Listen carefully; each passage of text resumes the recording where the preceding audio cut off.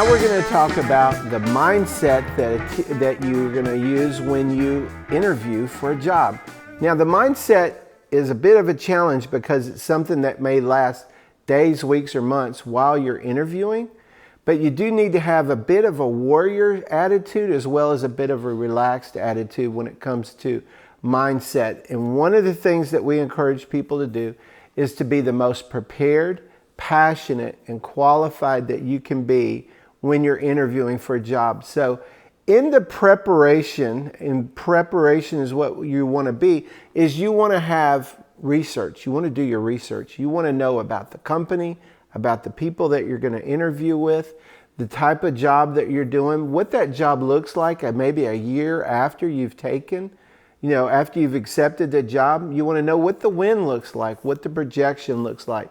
So you want to do all of the preparation, and sometimes that may be you're preparing your whole career for this interview, right? It's the dream job. This is the best job you're ever going to have. You may have prepared literally your whole career. You went to college to get that job, and now that job is in sight and you're interviewing for it. So you want to say, man, you want to take everything that you've had up to that point to prepare for that interview. So you want to leave nothing to chance. You want to do your research. You want to be sure you're dressing sharp when you go in to meet with them. You want to practice. Practice makes perfect, or perfect practice makes perfect. And so practicing time and time again with mock interviews or video interviews or phone interviews, you want to practice so that you can be prepared. Just makes sense. Even Freddie Freeman, it was the MVP here a couple of years ago in baseball. Do you know what he did the best? He was a great first baseman, so yeah, he had field skills. But one of the things he had was he went out and practiced every day hitting a baseball. This guy is one of the best in the National League at hitting a baseball, and he put up on a tee and he had it there and he would swing every day. It's called batting practice. So if you haven't practiced interviewing, how are you expecting you're just going to come in with no practice at all and all of a sudden you're going to ace an interview? It's probably not going to happen the first time, so you want to practice it. You want to practice phone interviews, and if you're a little bit nervous, practice it with friends. Just say, hey, I'm going to call you this afternoon, or they can be sitting across the room, or have them go in a different room and just start practicing your phone interviews, your video interviews, and your in-person interviews. So you want to be prepared. The second thing is passionate. And passionate means talking about your heart. When you show up at an interview, don't mail it in. Don't mail it in. Don't sit there and say, oh, well, this is a big old company and I'm going to get the job. Or I'm not going to get the job. For heaven's sakes, go in with the attitude, I'm bringing 120%. Not only in my preparation, but my passion. I want the job. Because again, if you don't get an offer, you don't land the job. And you might say, well, I don't know if I'm going to get the job offer. You don't. That's not your job. Your job is to show up, be present, be prepared, and for heaven's sakes, be passionate. Say, this is the job for me. You want to go at it. Even if you knew that you weren't going to take the job, you would still prepare as if you were going to go in for the job. I saw a show recently with Dabo Sweeney, and he was talking about when he was an assistant coach, and he was going to apply for a head coach job at, I think it was Georgia, Southern Miss. And he was like, man, they're a good team, they're good folks, but I knew I didn't want the job. But he said, I wanted to prepare for that job as if it was the job. And so he says there was no one more prepared than I was. He did his homework. He had his offensive plays, his defensive plays. He had all of the things that he needed to do to make a championship team. He had notebooks and notebooks and notebooks ready for it. And he went in 100% saying, I'm going to land the job. Even when in the back of his mind, he'd already decided he wasn't going to take the offer if they made it. Well, they made the offer and he turned it down.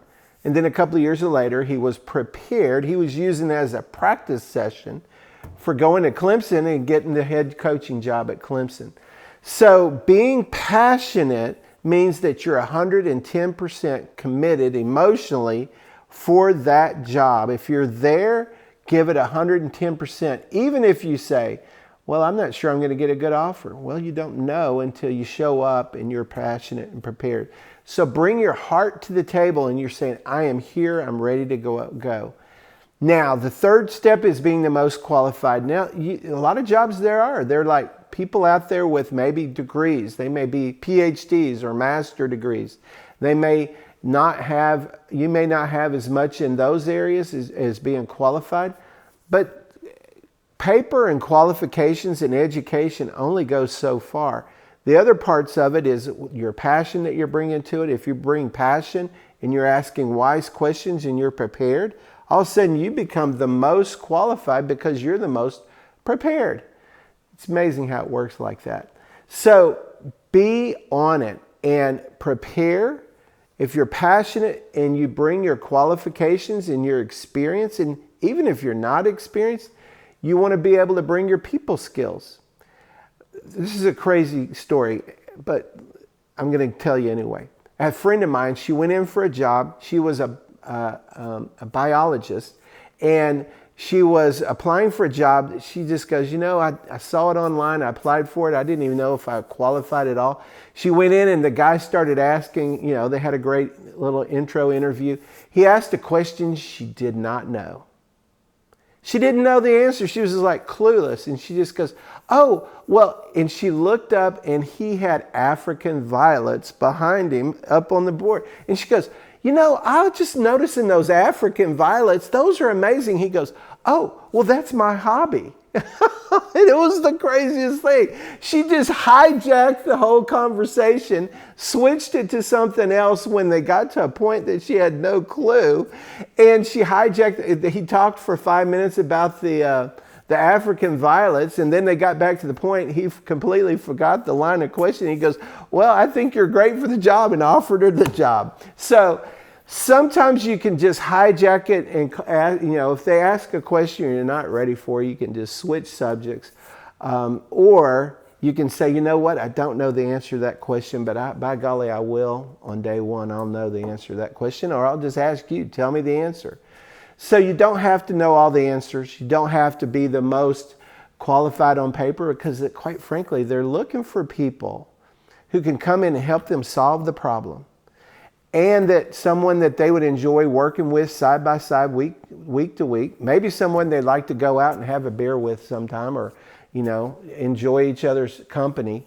Maybe their new next best friend. There's a lot of things that makes you prepared and the ideal candidate. So don't sweat it if you don't have as much experience as maybe what's being advertised, because people don't ever, they always put on a job description everything that they'd like, but in reality it comes down, and more often than not, it's more about 80% people skills. It's just, do I like this person? Is it someone that I want on our team? One last story. I have a friend of mine just recently who's got cut loose, and he's been interviewing for a job. The guy's been great because he's gotten interview after interview after interview, and so I was just like, well, how's it going? He goes, man, I keep getting thrown out, either at second base or third base.